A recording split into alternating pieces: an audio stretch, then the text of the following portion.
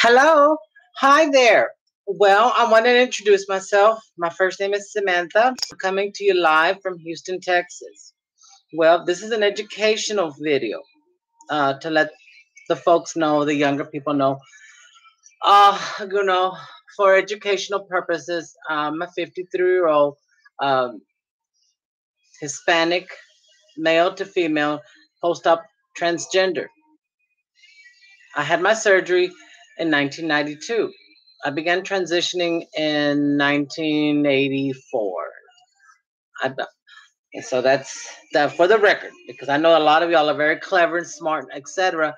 Y'all will be able to find me because I have a Facebook page and I do have good pictures there on my Facebook page of what I look like before my surgery and what I look like without makeup. Well, I mean, it's pretty homely. I mean, if you know what can you imagine what Gramps looks like with tits and makeup and bald head? So I mean, there you got a visual. That's pretty, like Tales from the Crypt, that type of stuff. So I do my very best. My little wig.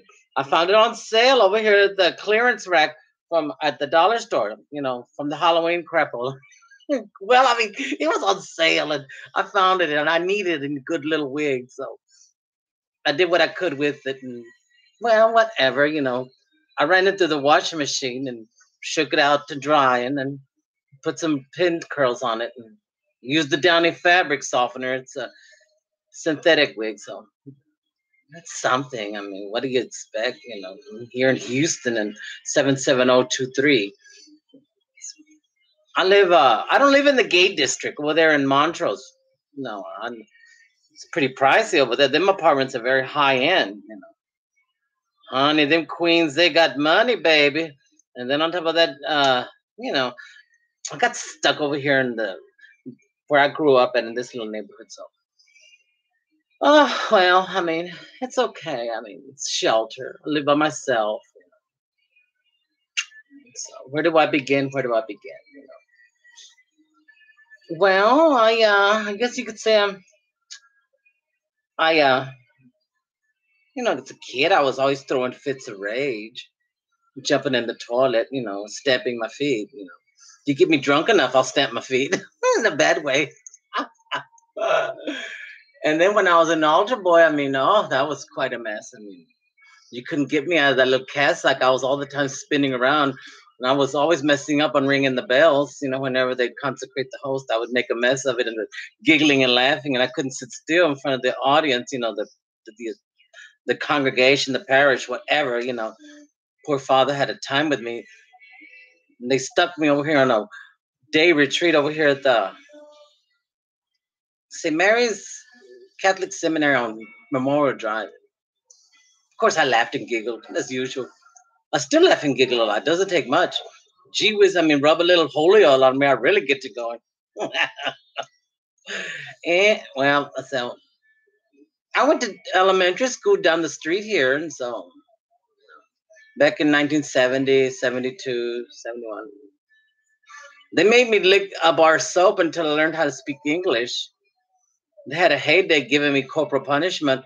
Sometimes they would say, "Leave me some. You're hogging it all for yourself." They'd have me stooped over the little chair there, and they were going at me, the two vile, wicked, evil, despicable elementary school teachers. I mean, they were going to make me speak English or nothing. So finally, by the time I made it to the third grade alive, they had pretty much broke my will. By that time, I was speaking English, not fluently, but speaking English. And of course, I had an eye for the boys by the time I got into fifth grade. Strangely enough, between you and me and God and the fence post, I don't know what the hell happened. I mean, them little maniacs in junior high, they were really, really going at it. I mean, I don't know what. I mean, I've always been a slowpoke. To begin with, let me get the point across. I'm a simpleton. I'm not very clever minded.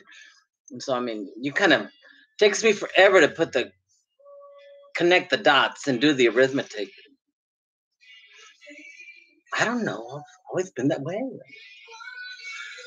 Oh, made it through junior high up until the seventh grade. They got mad at me because I was already, dressing up. I'd leave the house to with my little brown bag lunch. And, well, at that time, the songs that were really on the radio, because we didn't have internet back in those days. You do the arithmetic.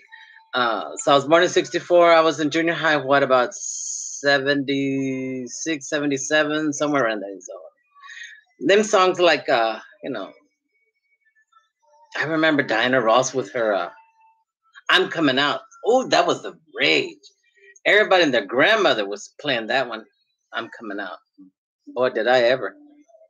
And so then they got a hold of my mom and my dad and told them that, hey, Sam's, so they didn't like that. So they yanked me out of junior high. I took gym. I wasn't grooving on the guys. I mean, they were there.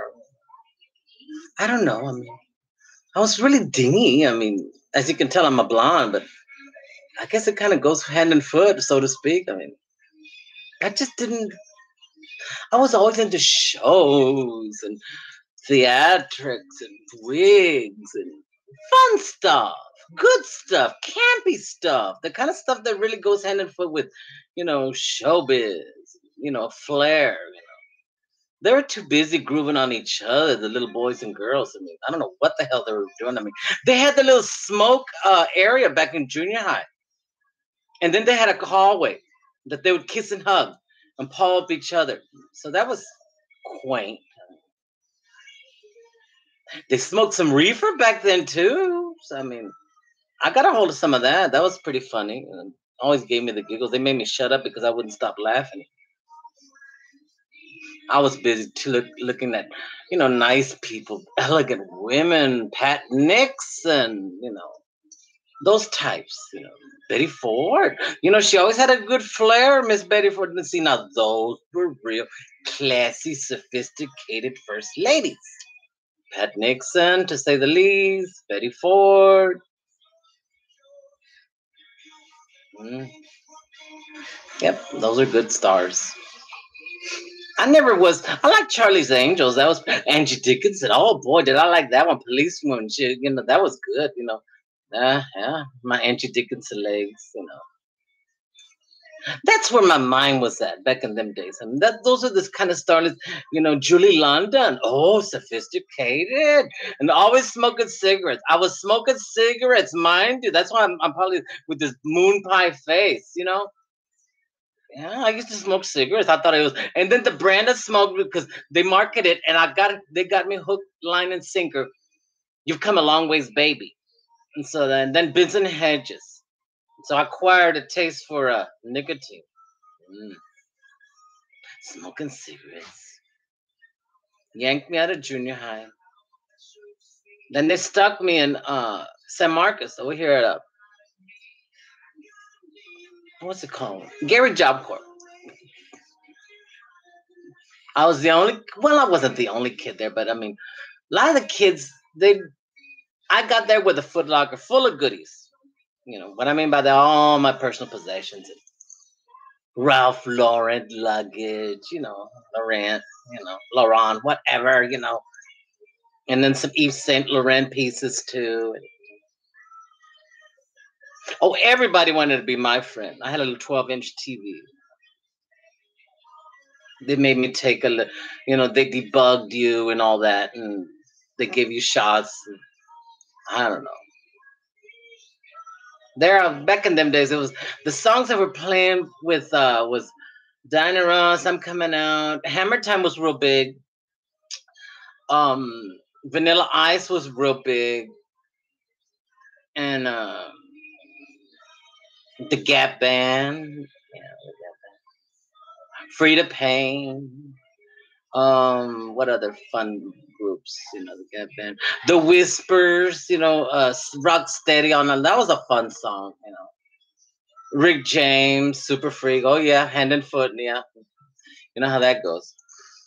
Oh, let me see what else was.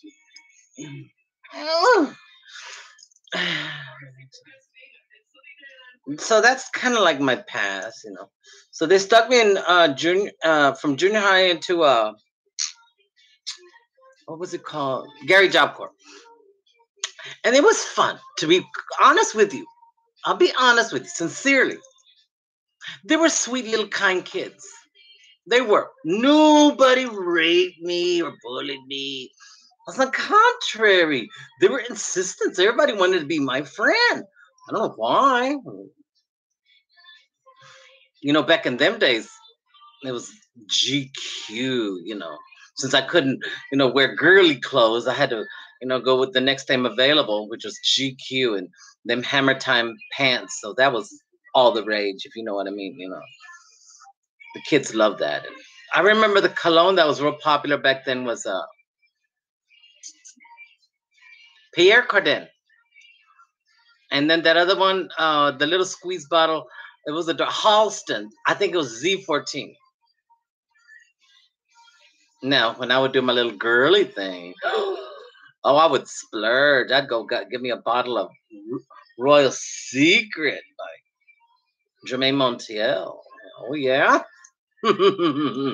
Maybe even some Youth Dew. Oh, yeah. That was real suave and sophisticated, honey. Talk about, and then get my eyelashes from Lancome, all from the high-end department stores. You're probably wondering where did I get the money to be buying all these exquisite, one-of-a-kind type clothes. Well, you'll see on my Facebook page how I used to look. And one little boyfriend, he was a professional bowler in Las Vegas. So it was nothing for him to drop $1,000 at the drop of a hat just for spending money. No, I didn't give a damn. When I was a kid, what do you expect? I didn't have no sense, you know.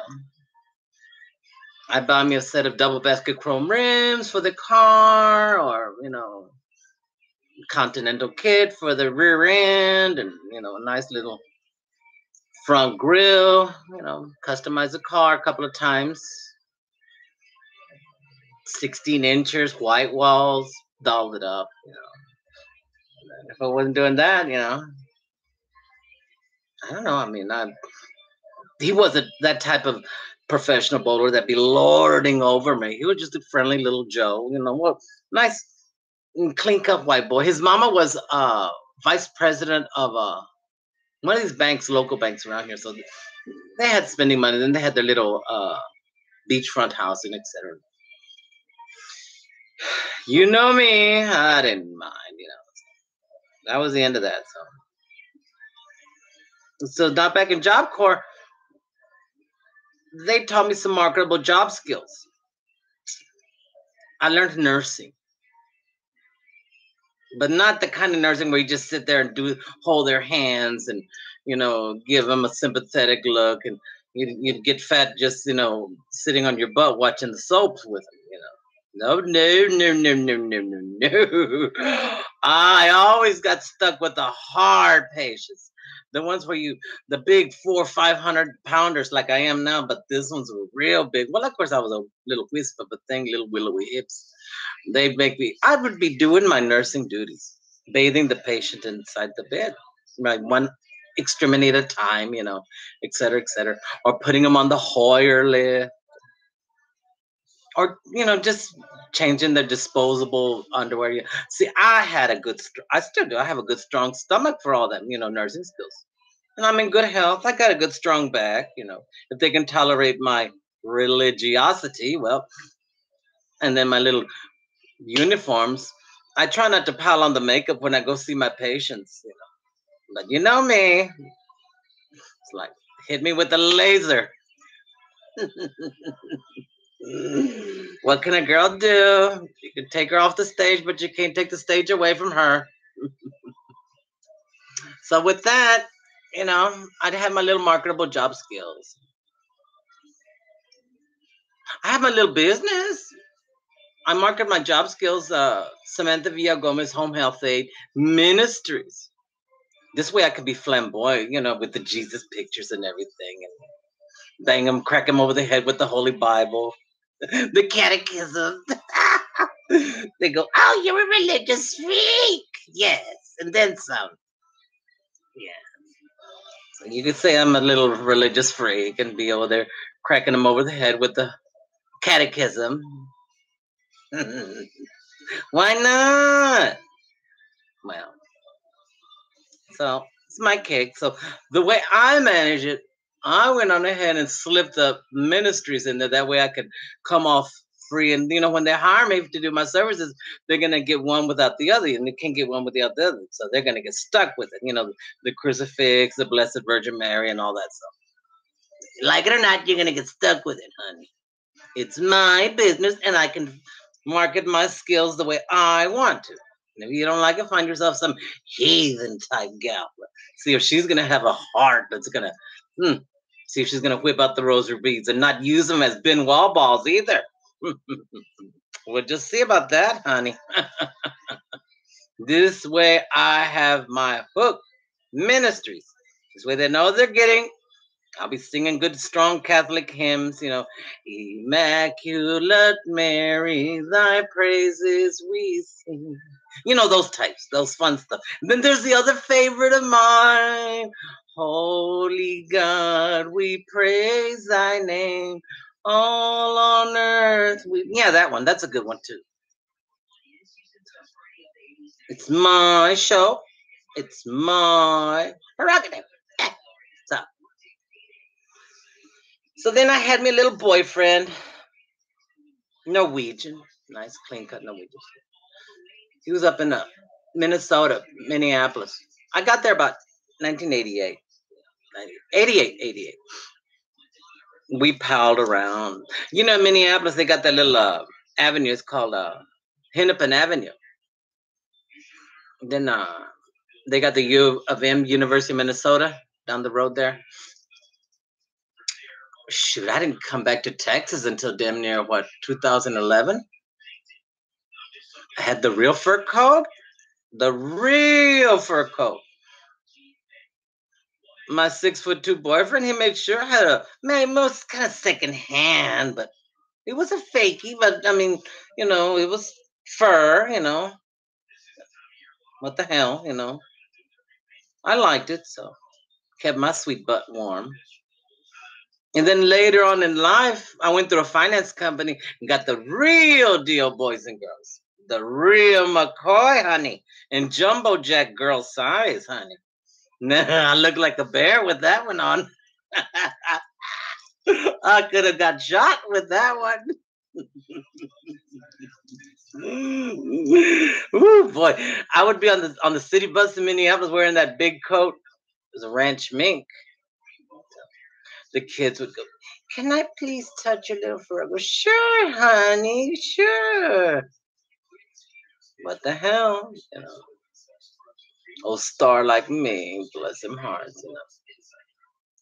That was in Minneapolis. That poor Norwegian character, he wasn't too keen on me having my surgery. He told me in 1992 that morning, he goes, "I'm not going to take you, Sam, to the hospital." I go, "Why not?" Me dumb. Oh, no, that's your bag, because I don't want to be a part of that. Kids, y'all are brighter than me, being that I'm a simpleton. I really didn't put things together. But I thought things were okay. I mean, between us, him and I. But something happened, everything went kaputs. We tried to fix things between us. So he married me legally through a court of law, because all they asked back in 1994 was just for your driver's license, Texas driver's license. So by that time, I had already taken care of my name change and all that. And so they were good enough. That's all they asked me in the court. So they didn't, give me the third degree about nothing. They saw him and he gave him his military ID. So we didn't give up the background, So we got married. Even then, the marriage went kaput.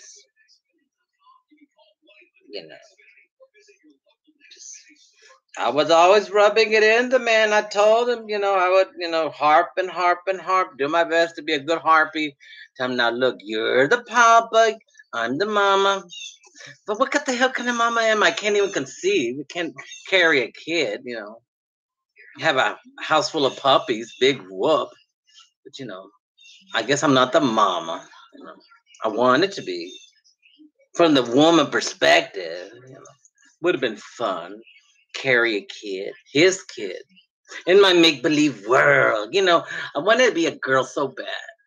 I really did. It grieves me to share this with you. Back in Minneapolis, they tricked me. They tricked me. They didn't tell me the whole truth and nothing but the truth. They didn't say not a word about, kid, you're not gonna, your brain don't have when to start, your periods. They failed to mention that part. And then when I asked them, this is the truth. Listen to this. Because I'm a simpleton and I had the little money and I had the insurance, I said to him, well, what about feeling? And Dr. Satterfield turns around and her eyebrow lifts. She goes, well, Sam, you understand that sex is all in the mind. I said, well, I won't have that shooting, tingling, squirting sensation. You know what I'm talking about. This is for educational purposes. This is strictly for adults. We know what we're talking about. She just insists and she goes, well, sex is all in your mind. So when I told her about the shooting, tingling sensation, the squirt, and I just said, well, we'll get you an endocrinologist. What's that? What's the definition of that now? I kind of think that all they saw was dollar marks. So, you figure that one. So that morning, June the 13th, 1992, I went down to Chicago Avenue in Franklin. And those of y'all that are familiar with, y'all can Google it. It was over at Abbott Northwestern. Nice, sweet plastic surgeon. He was a neat looking guy, old timer. He always smelled like an ashtray. Never a drop of Old Spice cologne, nothing like that, boys and girls. Never, always smelled like a butthead, like he just came out of smoking a cigarette. He probably was in the next room. Sometimes I see a little puff of smoke, or not a weed cloud, but a smoke cloud of some kind. So obviously he must have been smoking. And he'd be having a hard time coughing and hacking away. So with that being said, there you go. He was a professional plastic surgeon. He did girls like Anna Nicole Smith and, real high-end type ladies. Not to mention a lot of Minnesota gals. Not show gals, but, homely, backwoods type women that needed some breast augmentation. So they were clever and swift with my sex change, ladies and gentlemen. Let me tell you how they did me. So on Tuesday at 6 in the morning, there I was signing the register. And then they wheeled me into the little area, et cetera, et cetera. Of course, this is 1992, so things were a little bit different from then. I went in there flawless, honey. Eyelashes to the hilt. The individual ones, of course. My own hair, not the little dollar store wig like I got my own now, honey. No. At that time, I had my hair. Yeah. They didn't take my makeup off or my eyelashes. They let me go in under the knife with my foundation on and blush and rouge and all that neat stuff. And because I was born a guy, I always had to wear that good makeup so that whenever I stepped outside, the sun wouldn't, zap out the makeup. You could see my 5 o'clock shadow, looking like Fred Flintstone in drag. So eliminating that, I would buy that nice, good theatrical makeup. Back in them days, it was Stein's. Now, those of you that are familiar with vintage makeup, this was Stein's theatrical makeup. So I would slather it on. I could have gone to Walgreens and bought the Max Factor hand stick, but not this high end whore. I went all the way, baby, to the theatrical supply. To this date, I still kind of come off kind of Walt Disney character, clownish, characterish, But I don't know. I just have this inferiority complex that I can't deal with life without a good heavy coat of foundation. You can see that 5 o'clock shadow, Fred Flintstone type. They tell me that I don't get a facial hair. I think in the back of my mind that I still do. So being that I still have them instinctive, inborn self-preservation instincts, so I slather on the good stuff. I don't leave it to chance, honey. And besides that, I didn't give up the family jewels just to be wearing makeup from the Family Dollar or Dollar General. I don't mind wearing a Dollar General wig. I mean, that's okay. I mean, it was in the pile for the clearance, and that's pinching pennies, Get their little Dollar General hairspray. Kind of make do with that. If I'm lucky, find at the garage sale an old bottle of Youth Do. How's that one? Or better yet, find a bottle of Fashion Fair #1. Now that was a fragrance, mind you. But never mind. We don't want to get off the subject. Back on the subject of over there in Minneapolis when I had my surgery. So they wheeled me in and did my little consecration because I was, I had my little love for God. I was still there. I wasn't all out in the outer limits of space, time, and reality. So I had my little surgery, and then on Thursday they gave me my breast augmentation. I'm only 5'5", and then at that time I was wearing size 6, and then after surgery, slacks, Gloria Vanderbilt's Jordache jeans, honey. That was a good one. Now those were blue jeans, Jordache jeans. You got the look, that's all together. You got the look, something like that. We want to know better. You got the look, that's all together, something like that. And then the Gloria Vanderbilts, I thought I was a high class whore with them skin tight jeans. Oh God, I thought I was looking like a bratwurst sausage. Anyhow, so then after they got done with surgery with the breast implants, there was 38C, size 8 Jordache jeans. If I weighed 130, 25, that was a lot. Then bleach on some. You do the figure, You think so, Mom? What do you think, Size 7.5, size 8 shoe. I gave it a good run. And then a simpleton, oh, they love me all the more better. I wasn't like some of these smart, snappy, cold-blooded, calculating bitches that are out there these days. Honey, some of these girls, that I don't know, they think very differently these days. One night you get to wear the woman's house coat. Well, these kids, they don't wear house coats no more, I guess. Then you play the papa, put the Lone Ranger mask. It's a flip-flop. Now, I had in my BB brain, and you heard me correctly, BB brain, I really thought I was a girl. No matter how drunk I got, and believe you me, kids, I like a good old-fashioned drink, just like in particular the one with bourbon and bitters and all that. Yeah, I like those kind of drinks. And then the other nice, tasty one with orange juice is with Southern Comfort. That's tasty. Also, I like to take that.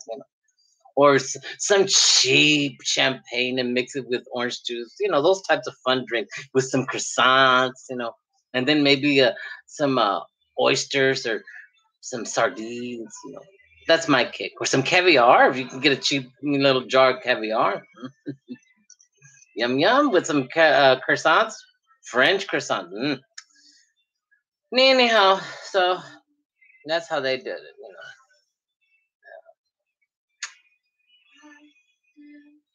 Well, so things never worked out between the man and I after the surgery, you know. I got me a job at the clubhouse over here in the as a cocktail waitress in the Gulf Greyhound dog track. 94, 95 in those days. I was giving it a good run. You had to have a gambling license and everything. So a little bit dingy, but I mean, I managed. I mean, I couldn't help myself, you know. I was honest. I managed for some reason or another. Managed, but you know that gay love. It was happening real good and groovy there. Then after the surgery, couplets. And then I would meet guys, and I wouldn't tell them about me being born a guy at one time. Oh, one guy had a real nice lumber yard, etc., single, ready to start procreating boys and girls, if you know what I mean. You know, where the boy puts the bread in the girl's oven, then the girl's oven bakes it. You know what I'm saying? Okay, you know. Oh, it was disappointment. He didn't get violent, but my feelings felt bad for him, you know, because he really wanted, you know, to make a kid with me. Imagine that, the likes of me. I can imagine the kid would come out like a screwball. Ah, he was a good Louisiana guy. You know, these guys are guys. They think with their up and ready Y chromosome. They see this, smell the perfume, the Estee Lauder. Oh, they don't need no Viagra with me, sister. There ain't no erectile dysfunction with these types over here that come after this heifer. Hmm. No ED over here, baby. Shoot, this one's up and ready. Even the old timers still try to chase me down. No, I live alone. I'm 53. Live alone. Market my little job skills if I can. Get my jewelry from exclusively Chuck E. Cheese over here at the mall. They have a little Chuck E. Cheese there. They have a little machine. It's a lot of fun. Here's one cute little piece I got from the Chuck E. Cheese machine. I wanted the little doll. This is one little cutie number. Chuck E. Cheese, little machine. So then I got this one over here. This one's cute too. That was on another visit. There we go. Hanging out at the Chuck E. Cheese. Well, you know, I have an acquired taste for high class pizza. You know, so when I go on a spendthrift, then they got that other pizza parlor with the little man. What's his name? Little Caesars. Those types. You know, all that neat red sauce. And when I splurge, you know, get a nice little pizza, Italian pie. You know. Mine, mine, mine, all mine. No, no, no. You go get your own bitch. So, no. So that's how that goes. Now, like I told you, nice people. If y'all want to reach me, y'all can find me on the Facebook, Samantha Villagomez, the way you see it written here. I went to Gary Job Corps. Remember that. So that's going to differentiate me from the rest of the whores. All the other he whores. Let me see what's going on over here. Okay, somebody. Just a minute. I can't see. New from. Okay. Yeah. I'll tell you about that later. There we go. What else?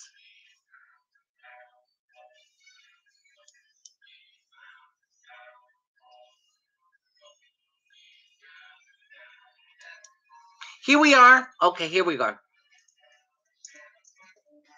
Can you hear the music playing in the background? You want me to go turn it up? You know, I don't know how I've managed to survive this long. All my other little quote unquote tranny friends, now them, they use their Y chromosome. They were the real flip flops. God love them, honey. You know, I kind of understand why here in Houston that they don't want girls like me in the ladies' room. I've seen a lot of my little friends, and then I know what goes on in jail with the guys. So, and then they got their little cell phones, so they over there click and click. I know the other trannies, a few of them that I won't mention, but you've been warned. They're not all cool. As for me, you can give me just a pea pot, and that's okay with me. It don't make a hill of beans difference. Now, some of the most flawless looking ones, pretty as all get out. The real flat-chested Lucy types, homely ones. Speaking of homely, you know, when I got in trouble up in Minneapolis, a couple of times there, I had to serve some time in the county. Now, I got stuck in the real woman's. I mean, they always put me with all the real. So, then they would give us the inspection. They go, now, shake your moneymaker, bitch. So there I have to squat down. Yeah, they're pretty rough on a gal in the joint, honey. They don't play. And then I was the only bitch there with rollers. The rest of the other cunt girls, they were all over there. Well, you can buy a bag of weave here. Someone said you can buy this. And then the old birds like me that, you know, all we know is about recipes and having kids and how many hours you spent in labor, you know, that type of stuff. But the younger generation, you can buy a bag, but they had other intentions. They don't just buy a bag of weed or after hours liqueur. They got other ideas, believe you me. Between them getting into the ladies' restroom with their little cell phone cameras, I mean, you never know. Some of these high as a kite trannies, and you know, even when they're not high, they're over there on the prowl looking for a guy so they can quote unquote sodomize him, and that's a big conquest. That's a big conquest with those lights. At least down here in Houston. Now, off in the other coast, Miami, Mexico, California. Now, I've heard all kinds of fun stuff that goes on up in San Francisco. They tell me they got some good wigs and high-end hairdos. Real suave and sophisticated showgirl stuff up in San Francisco. Who's to say? They said they have that Castro Street. Sounds interesting. The weather's always nice up there anyway, over there, but I don't know. Look what happened to Freddie Prinze. That's a shame. That was a real shame. Oh well. You know them California bitches, they're kinda different. Now you come down to Texas and Houston, the west over here in the Galveston County, they still got the Church of the Burning Cross, boys and girls. All these queens, they're the type that'll smile in your face, give you the exact kind of vocabulary words where you'll let your guard down. And when you turn your back, honey, they're plotting and scheming, honey. They go, oh, what's mine is mine, and what's yours will be mine just as soon as you turn your back and fall asleep. Believe you me, that's how they operate down here. And then with the Harvey Star, believe you me, they're more desperados. You better off playing like you're Dirty Harry. Get yourself a pistol. Yeah. And then you can't even toot your horn if somebody cuts you off. Right away, they want to all out, you know, I'll cut you. I'll cut you. Now they don't even want to cut you. They just want to gun you down. They got these 9mm. Not to mention the 357 Magnums. Just because you managed to cut them off inadvertently. It's not like you got malice and intent in your heart. You're just cruising along. Well, I mean, I don't have a lit foot. So, I mean, these queens, they want to kill a girl just because I accidentally, I don't know why. They just have no patience. So, I'm 53, Hispanic, junior high school dropout, nursing skills. I did take a cooking class. They taught me how to do fun stuff and little funsy foodsies and, do measurements and how to sterilize and all that. Speaking, yeah, that would be a key word with me, sterilize. Talk about eugenics. That's what it is, probably. You think about it. You really consider the fact. This transgender crapola, with the S.R.S, sex reassignment surgery. Y'all are smarter. Do you think it's the modern day version of eugenics instead of Hitler type stuff and stuff? What do you think? Ooh, look, this is my cousin on the phone. Let's see who she is. Hello? Hi. Hi there, young lady. How you doing? Good. How about yourself? What's going on with you? Nothing. I just called to tell you that I've been reading the book and reading those things, those little cards that you gave me, so I could. You know who this is, right? Yeah, Inez. Little Inez. No, this is Kathy. Oh, really, Kathy? Oh, I'm so happy for you, young lady. Oh, I'm so pleased. I was just... We sounded like on the phone, me and Inez, so that everybody thinks it's her sometimes. But no, I just called to see how you were doing. Let you know that I'm taking them in stride and I'm reading them and praying for my son and everything. And I hope you include him on your prayers so we can get him out of jail.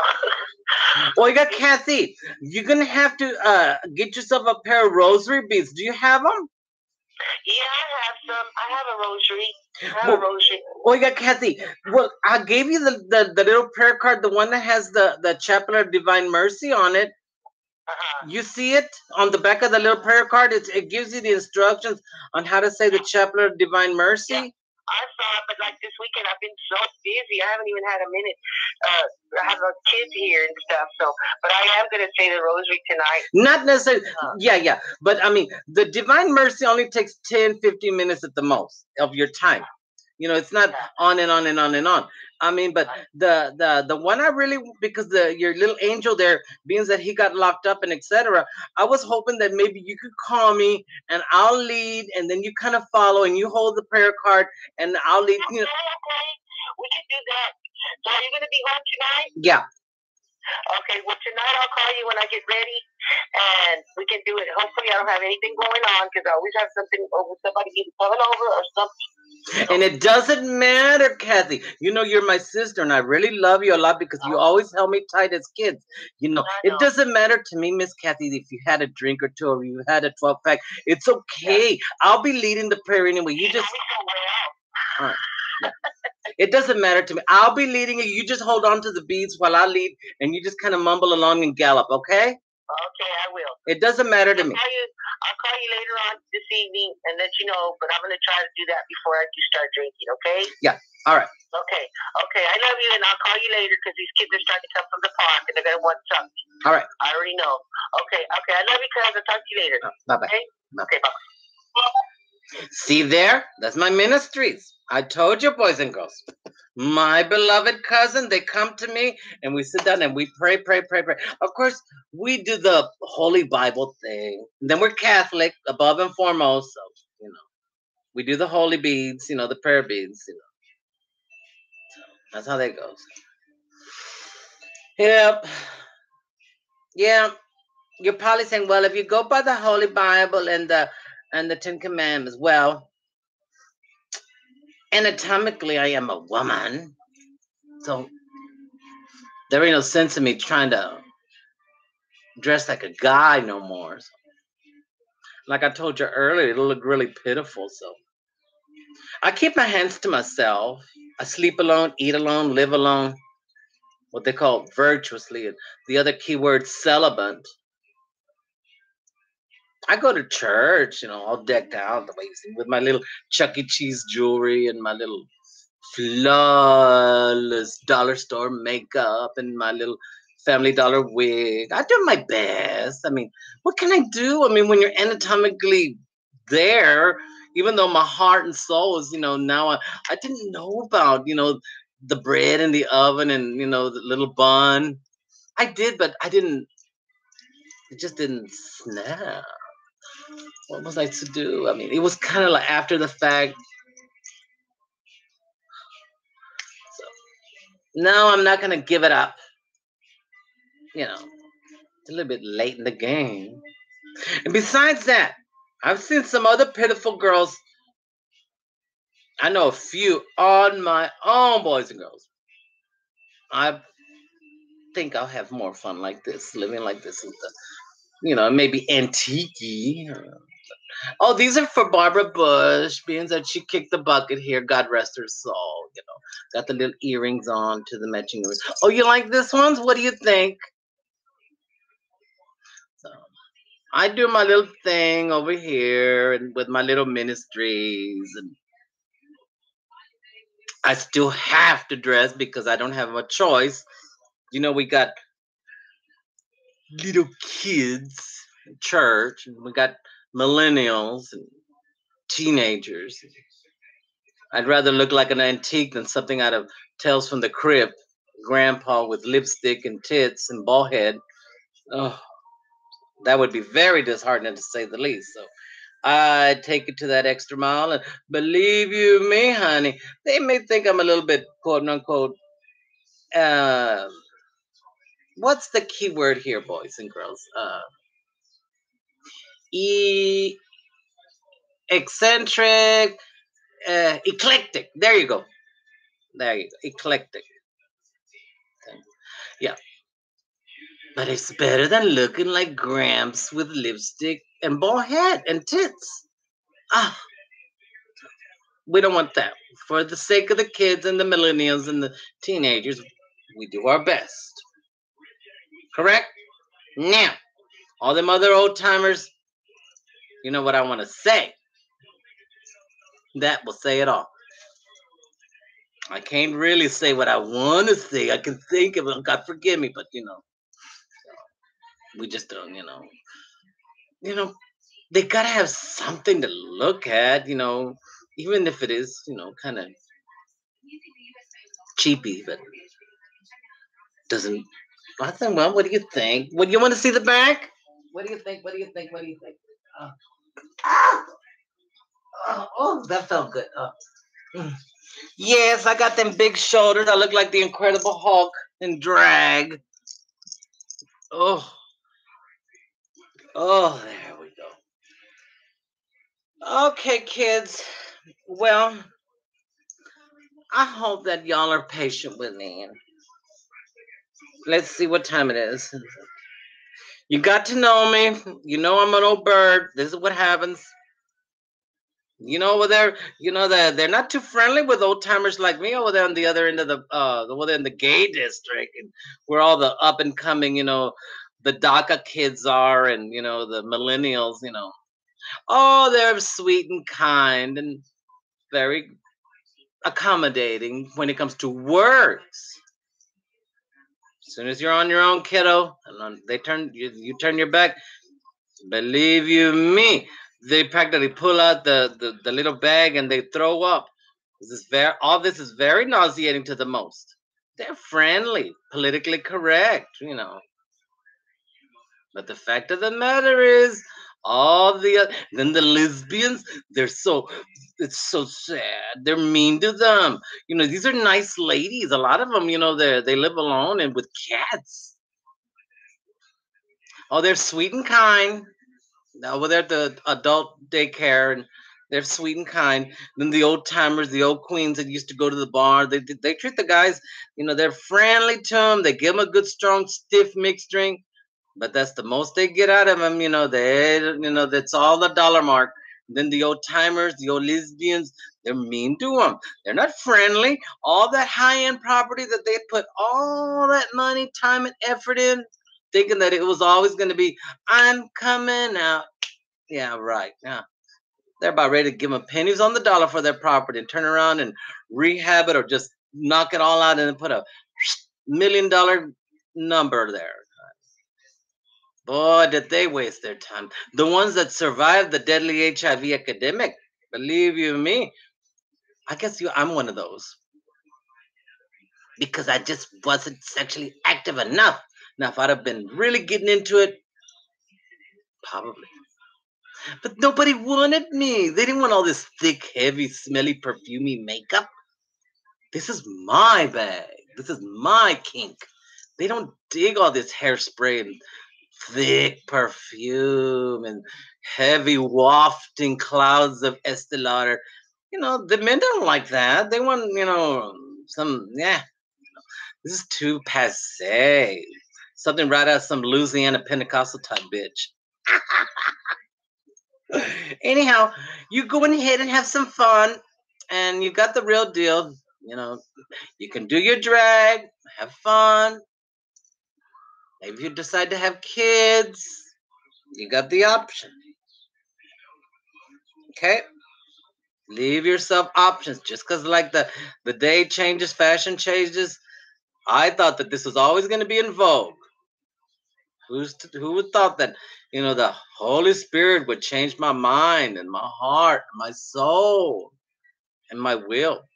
I don't dare look at no guys. I don't even watch no reruns of Dynasty, much less Dallas. And then the old one, Soap. Oh no, I don't watch none of that. And they got YouTube. I can just really. And then the other favorite soap opera, the I call it the Hung and the Breastless, the Young and the Restless. Ay. I got into that soap opera so much one time. I just could feel the betrayal. Believe you me, boys and girls, I collapsed into a heap of tears thinking that it was me that had gotten 2 times. It felt that deep. So I don't dare. And then these Spanish soap operas, oh, they're so raunchy. Oh my God, they're going to get me smoking cigarettes again. I went, oh, really? Oh, wow. Honey, I'm over there at Mama's house. I go, what you got in your refrigerator, please? Right away, I'm over here raiding her icebox to get away from all that kissing and hugging and loving. Oh my God, it makes me lonely. I go, oh, I can't be doing this. I can't even watch Saturday Night Fever no more. It's just a little bit too much for my soul. Especially the scene when they're in the backseat of the car. Not no more, sweet child of God. Oh, don't know. That's my dark side. Oh, you like the rings? You like that? Chuck E. Cheese, Chuck E. Cheese.